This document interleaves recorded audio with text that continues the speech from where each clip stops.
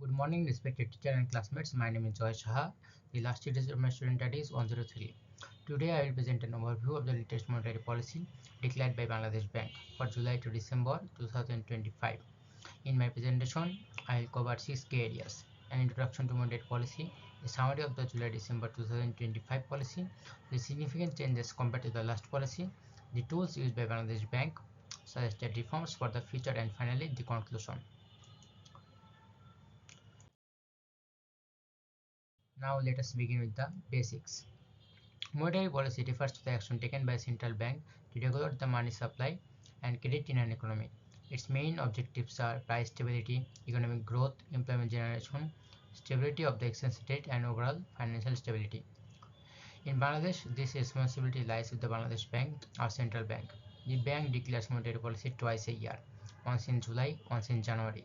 The policy we are discussing today is especially important because our country is facing high inflation, foreign exchange pressure, and the challenges of supporting economic recovery.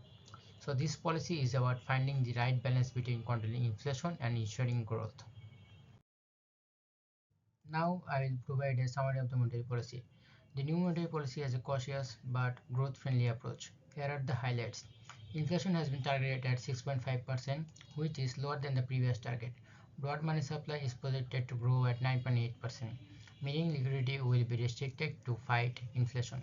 Private sector credit growth is targeted at 10.5%, ensuring businesses still have access to investment funds. A more market-based exchange rate framework has been adopted to stabilize the taka.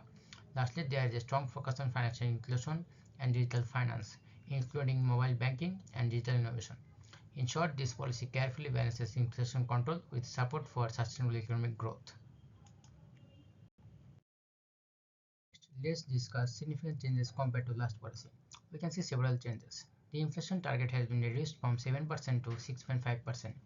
The money supply growth has been lowered from 11.5% to 9.8%. Private sector credit growth was 11.5% before, now it is 10.5%. There is a clear shift toward a more market-based exchange rate system, while the central bank only steps in to reduce volatility.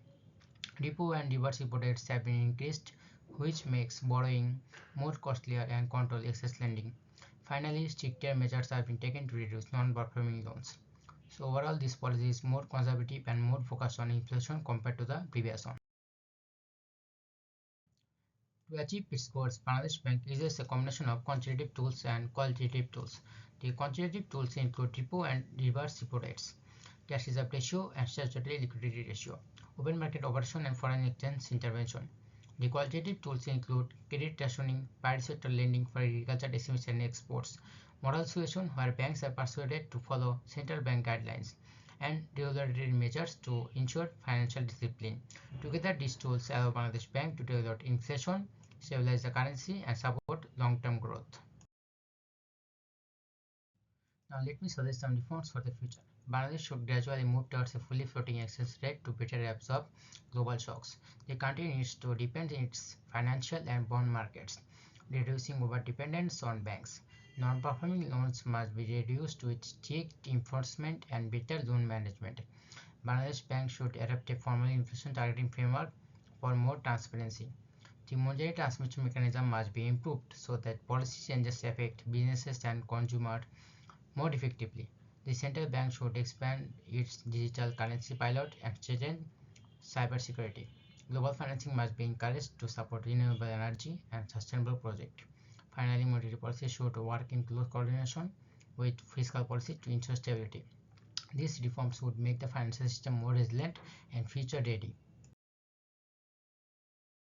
To conclude, the July-December 2025 monetary policy of Bangladesh Bank clearly prioritized price stability over aggressive growth.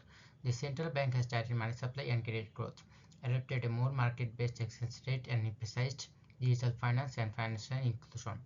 However, structural reforms such as reducing non-performing loans, deepening financial market, and coordinating with fiscal policy are still essential for long-term resilience. The success of this policy will depend on how effectively it is implemented and supported by other government measures. Thanks for your attention. That's it for my presentation.